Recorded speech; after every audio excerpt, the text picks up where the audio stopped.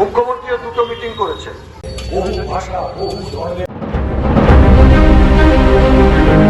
অষ্টাদশ লোকসভা নির্বাচনে ডায়মন্ড হারবার লোকসভা কেন্দ্রের বামফ্রন্ট মনোনীত জাতীয় কংগ্রেস সমর্থিত সিপিআইএম প্রার্থী প্রতীকুর রহমানের সমর্থনে নঙ্গি স্টেশন সংলগ্ন অটো স্ট্যান্ডের সামনে এক নির্বাচনী জনসভার আয়োজন করা হয়।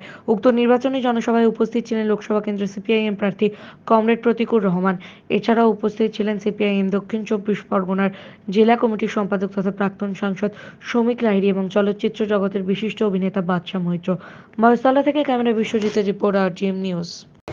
সরকার চাষির কাছ থেকে ন্যায্য মূল্যে ফসল কিনুন, চাষি মানে ৭৭ কোটি মানুষ চাষের সঙ্গে যুক্ত। আর যা আপনি ব্যবসা পাতি এসব যদি না হয় দেশ এগোবে, এসব পারবে কি করে? একটাই রাস্তা মানুষের হাতে টাকা। পশ্চিমবঙ্গের সংস্কৃতিতে রক্ত দিতে গেলেও সেখানে দামি দামি উপহার দিয়ে মানুষকে ডেকে আনতে হয়। এই সংস্কৃতি পশ্চিমবঙ্গের বুকে তৃণমূল কংগ্রেস চালু করেছে। এটা বামপন্থীদের সংস্কৃতি। যদি আপনারা এই সংস্কৃতি বাঁচিয়ে রাখতে চান তাহলে বামপন্থীদের পাশে দাঁড়ান, প্রতিকূলদের পাশে দাঁড়ান। আর যদি মনে করেন যে ব্লাড ডোনেশন ক্যাম্পের লোক আনতে গেলে দামি দামি গিফট দিতে হবে, তাহলে তৃণমূল কংগ্রেসের পাশে গিয়ে দাঁড়ান। ভালো থাকবেন সবাই।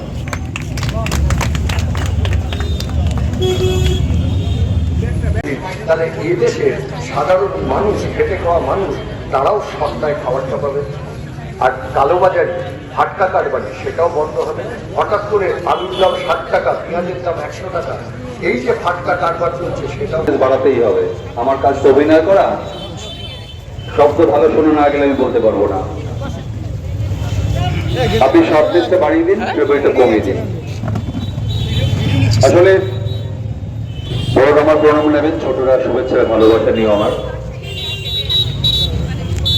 খুব সত্যি কথা বলতে, আমার মতো মানুষ যারা রাজনীতির সমর্থক কিন্তু প্রত্যক্ষ রাজনীতির সাথে যাদের কোনো সম্পর্ক নেই, তারা এই জাতীয় মিটিং মিছিলে না এলে সত্যি কথা বলছে আমাদের বিশেষ কোনো ক্ষতি নেই। সারা বছর এভাবে আসা সম্ভব নয়, তাই আজকেও যদি না আসতাম আমার ব্যক্তিগতভাবে কোনো ক্ষতি হতো না। নিশ্চয়ই আপনারা জানেন এটা। আমার মূল কাজ অভিনয় করা, সেটাই আমার আগামী দিনে সেটাই করব। কিন্তু তার বাইরেও প্রত্যেকটা মানুষের অনেকগুলো সত্তা থাকে। অভিনেতার বাইরেও আমি তো মানুষ। আমার খালি মনে হয়েছে যে সময়ে এসে আমরা দাঁড়িয়েছি, সেই সময়ে দাঁড়িয়ে অনেকগুলো কথা স্পষ্ট করে না বললে আরো 10 বছর 15 বছর পার করে যখন আয়নার দিকে নিজে দাঁড়াবো, নিজের দিকে দেখবো, তখন নিজেকে অপরাধী মনে হবে। যা দেখছি, যা বুঝছি, তার কিছুই যদি না বলে যাই, অপরাধটা নিজের কাছে হবে। আর এই কথাগুলো যাদের বলার একটা সমাজের বিরাট অংশ, বিরোধী দলনেতা হয়ে বসে আছেন। বারবার আদালত বলেছে দুর্নীতির মাথাদের কেন আপনি গ্রেফতার করছেন না? অরবিন্দ কেজরিওয়াল জেলে চলে যায়, কি অভিযোগ? 100 কোটি টাকার আবগারি দুর্নীতি। কে দুর্নীতি করেছে? অন্ধ্রপ্রদেশের একটা লোক। সেই লোকটা বিজেপির নির্বাচনী বন্ডে 5 কোটি টাকা দিল, তারপর ইডি বললো সম্পত্তি বাজেয়াপ্ত করবো, আবার 5 কোটি টাকা দিল, আদালতে গেল, বললো সম্পত্তি বাজেয়াপ্ত করার অনুমতি দাও, 30 কোটি টাকা দিল, মোট 40 কোটি টাকা হলো। সেই লোকটি বেল পেল, বেল পেয়ে রাজসাক্ষী হলো, রাজসাক্ষী বললো অরবিন্দ কেজরিওয়াল আমাকে চুরি করতে বলেছে। তাই এই লোকটা বেলে আর অরবিন্দ কেজরিওয়াল জেলে। আর এখানে কয়লা পাচারে FIR থেকে ভাইপোর নাম বাদ যায়, বাড়ি পাচারের FIR থেকে ভাইপোর নাম বাদ যায়। কে রক্ষা করছে বোঝে না এই তৃণমূল সরকারকে? এরা যে বিজেপি ছিল, কে টেনে এনেছে বিজেপি? 300 RSS এর স্কুলকে অনুমোদন দিয়েছে। আমরা কোনো স্কুলে সভা করতে গেলে অনুমতি পাই না, কিন্তু RSS তাদের ক্যাম্প করতে গেলে, লাঠি খেলা এবং হিংসা শেখাতে গেলে স্কুল ব্যবহারের অনুমতি পায়। খুবই সম্ভাবনাময় ছেলে এবং খুবই সৎ, পরিশ্রমী, সাহসী ছেলে। 11 বার আক্রান্ত হয়েছে তৃণমূলের হাতে, পিছপা হয়নি, দলবদলও করেনি। ও দিল্লিতে যাবে এবং ডায়মন্ড হারবার কেন্দ্র বহুদিন বাদে তার ঋত সম্মান যা খুইয়েছে গত 10 বছরে, সেইটা ফিরে পাবে। মহেশতলা চত্বর ঘুরে দেখলে দেখা যাবে যে সব জায়গায় কিন্তু তৃণমূলের পোস্টার, হোর্ডিং, ব্যানার, যেখানে কিন্তু প্রতিকূলের হয়তো দেখা যাবে খুব কোন ঘেঁষা রয়েছে। কি বলবেন এটা নিয়ে? তার কারণ এই যে কয়লা বালি এইসব পাচারের টাকা এসব পোস্টার এমপিকে তো দেখতে পাওয়া যায় না, সেজন্য উনি কোথাও গাছের ডালে ঝুলছেন, কারোর কার্নিশে ঝুলছেন, ল্যাম্পপোস্টে ঝুলছেন। সাংসদ কোথায়? তিনি তো 10% দিনে মাত্র উপস্থিত থাকেন। সংসদের কাজ কোথায়? ও কিছুই করেন না, না এলাকায় কাজ করেন, না দিল্লিতে কাজ করেন, করেনটা কি সারাদিন? আমরা বারে বারে বলেছি এরিয়া ডমিনেশন, বিশেষ করে ডায়মন্ড হারবার কেন্দ্রে তো মানুষ ভোট দিতে পারে না। 2014 সালে ও সংসদ হওয়ার পর থেকে ভারতের একমাত্র লোকসভা কেন্দ্র যেখানে কোনো পঞ্চায়েত, কোনো পৌরসভায় একজন বিরোধী দলের সদস্য নেই। এ ভারতবর্ষের 543টা আসনে কোথাও খুঁজে পাবেন না। বামফ্রন্ট মনোনীত এবং কংগ্রেস সমর্থিত প্রার্থী, যেখানে আইএসএফ আপনাদের থেকে আমরা যতটুকু জানি শুনেছিলাম যে আইএসএফ আপনাদের সঙ্গে জোট হবে, কিন্তু এখন আইএসএফ নেই। তা ভোটের দিক থেকে কি কোনো রকম কোনো অসুবিধাজনক? এখন আমরা তৃণমূল বিজেপিকে পরাস্ত করার জন্য ঐক্যবদ্ধ হয়েছি। ওরা মনে করেছে তৃণমূল বিজেপিকে সাহায্য করা দরকার, তো আমরা কি করব? ওদের সঙ্গে যারা ছিলেন তৃণমূল বিজেপি বিরোধী মানুষ, তারা সেখানে ওদের নেতাদের সঙ্গে যাননি। তারা এই বাম কংগ্রেস অর্থাৎ তৃণমূল বিজেপিকে হারানোর যে শক্তি, তাদের সঙ্গেই আছেন। আজকে সকালেও আমরা দেখতে পাচ্ছি যে চারিদিকে বোমা উদ্ধার হচ্ছে, বিজেপি কর্মীর বাড়ির সামনে থেকে বোমা উদ্ধার নদিয়ায়। কি বলবেন এই ব্যাপারটা নিয়ে? আরে তৃণমূল বিজেপি দুটোই দুষ্কৃতীদের দল, এই দুটোই গণতন্ত্রে বিশ্বাস করে না। এরা এখানে পঞ্চায়েত পৌরসভায় ভোট দিতে দেয় না, ওরা এমপিদের পার্লামেন্টে ভোট দিতে দেয় না। 146 জনকে সাসপেন্ড করে দিল। বলে দুটো চূড়ান্ত স্বৈরাচারী ফ্যাসিস্ট ধরনের দল। প্রতিকূলকে জেতানোর ব্যাপারে কতটা আশাবাদী আপনি? মানুষ ভোট দিলে এখানে তৃণমূলকে খুঁজে পাওয়া যাবে না, পালাবার পথ খুঁজে পাবে না। মানুষের ভোটদানের ব্যবস্থা নিশ্চিত করতে হবে কমিশনকে, দায়িত্ব ওদের। কিন্তু সন্দেশখালীতে যে ভিডিও ভাইরাল হয়েছে, কি বলবেন? আরে দুটো জালিয়াত আর চালিয়াতের পার্টি, তো ওদের জালিয়াত চালিয়াতের দিকে মানুষের কোনো নজর নেই। মানুষ জানতে চায় কাজ কী হবে, জিনিসের দাম কমবে কিনা। মানুষ জানতে চাইছে দেশের মানুষ খেতে পাবে কিনা, রেশন ব্যবস্থা ফিরে আসবে কিনা। ওই জালিয়াতদের বাইনারির মধ্যে মানুষ আর আটকে থাকবে না। মুখ্যমন্ত্রী বলছে যে রাজভবনে আমাকে ডাকলে আমি যাব না, যদি তাকে আমাকে রাস্তায় ডাকে তাহলে আমি তবে ওসব রাজ্যপাল রাজ্য সরকারের যে ছায়াযুদ্ধ মানুষ অনেক দেখেছে। জগদীপ ধনখড়ের সঙ্গে কত যুদ্ধ, তারপর উনি যখন উপরাষ্ট্রপতি পদে দাঁড়ালেন সেই তৃণমূল সমর্থন করলো। এসব তৃণমূল বিজেপির লোক দেখানো নাটক। যেমন যাত্রায় দেখেন না, রাম রাবণের যুদ্ধ হয় মঞ্চে, আর যাত্রা শেষ হওয়ার পর রাম আর রাবণ একই গ্লাস থেকে দুজনে জল খায়। কোনো কথা শুনছেন নরেন্দ্র মোদীর মুখে? অনেকে ভাবেন হিন্দু রাষ্ট্র হলে আমি হিন্দু, আমার লাভ। নরেন্দ্র মোদী যেদিনকে প্রধানমন্ত্রী হয়েছিলেন, গ্যাসের দাম ছিল 414, মাঝখানে হয়েছিল 1129, এখন ভোটের গুটোয় ওটা নেমে এসেছে 829। হিন্দুদের জন্য কি কম দাম? হিন্দু, মুসলমান, শিখ, জৈন, খ্রিস্টান, নাস্তিক সবার জন্য তো একই দাম। লুটের সময় তো ওরা হিন্দু মুসলমান ভাগ করে না, লুটের সময় সবাই এক, সব পরিবারের কাছে এক। শুধু ভোটের সময় হিন্দু মুসলমান করে ভাগ করে। 14 টাকার কেরোসিন যখন 89 টাকা হয় মোদির আমলে, তখন কি হিন্দুর জন্য কম দাম হয়?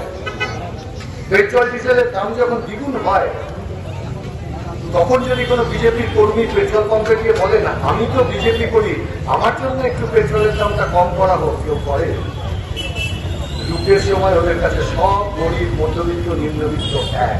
শুধু ভোটের সময় হিন্দু মুসলমান প্রচুরা অবস্থাকে ফিরিয়ে আনবে, যারা কৃষকের ন্যায্য মূল্য দিয়ে কৃষকের কাছ থেকে ফসল কিনবে আর ন্যায্য মূল্যে মানুষের কাছে পৌঁছে দিবে।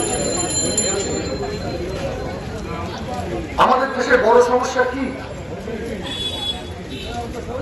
আমাদের দেশের বড় সমস্যা হচ্ছে গোটা দেশের সম্পদ আজ বিক্রি হয়ে যাচ্ছে।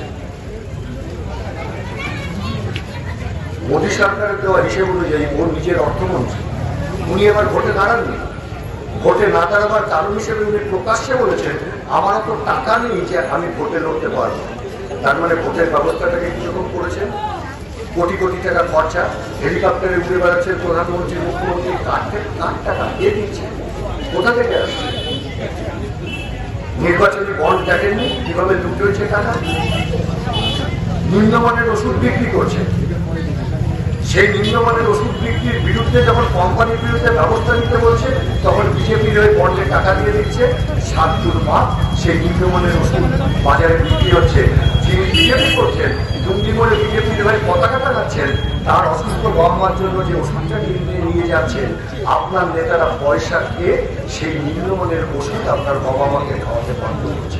আপনি বিজেপি বলে আপনি পাচ্ছেন না, আমাদের জানার দরকার নেই। আপনি এর সঙ্গে একমত? যদি একমত হন তাহলে প্রতিকূলের পাশে দাঁড়ান। মোদী গ্যারান্টির কথা বলছেন, 80 কোটি মানুষকে 5 কেজি চাল দিচ্ছেন, তা প্রধানমন্ত্রী তো ঘর সংসার করেননি। ওর হাতে 5 কেজি চাল দিচ্ছি, 1 মাস কেন 1 সপ্তাহ পেয়ে করবে। একটা 4 জনের পরিবার 5 কেজি চাল দিয়ে কি হবে? ইউপিএ সরকারের সময় আমরা খাদ্য নিরাপত্তা আইন তৈরি করেছিলাম, সস্তায় মানুষকে খাবার দেওয়া হতো 74% মানুষ, আর 80 কোটি মানে সেটা নেমে এসছে এখন 54%। মানুষকে বোকা পাচ্ছেন, দরিদ্র মানুষের সঙ্গে মস্করা করছেন। দেশের সবচেয়ে বড় সমস্যা কি? সরকারের দেওয়া হিসেব অনুযায়ী প্রতি 100 জন শিক্ষিত বেকার যুবক যুবতীর মধ্যে 83% হয় কাজ নেই, অথবা এমন কাজ করতে বাধ্য হচ্ছেন, অথবা এত কম মজুরি পাচ্ছেন যা তাদের পাওয়ার কথা না। প্রতি 100 জনে 83 জন। মায়েরা, বোনেরা এবং বন্ধুরা, দীর্ঘ সময় ধরেই আপনাদের সভা হচ্ছে। আমাদের প্রার্থী প্রতিকূল আপনাদের সঙ্গে করেছে। লোকসভার ভোট, এটা অষ্টাদশ লোকসভার ভোট। পৌরসভা নির্বাচনে আমরা আলোচনা করি পৌর সমস্যা, জল, নল, নালা, রাস্তাঘাট কি হবে। রাজ্য সরকারের ভোট যখন হয় তখন আমরা রাজ্যের বিষয় নিয়ে আলোচনা করি। এখন গোটা দেশের ভোট, সমস্যাটা কি? গোটা দেশের এই মুহূর্তে 140 কোটি মানুষ, 100 কোটি মানুষ আছেন যাদের নুন আনতে পান্তা হবে। এই 100 কোটি মানুষের কাছে খাওয়ার তুলে দেবো কিভাবে? আমাদের বামপন্থীদের দীর্ঘদিনের কথা, একটু সস্তায় রেশনে চাল, ডাল, গম, তেল, চিনি, নুন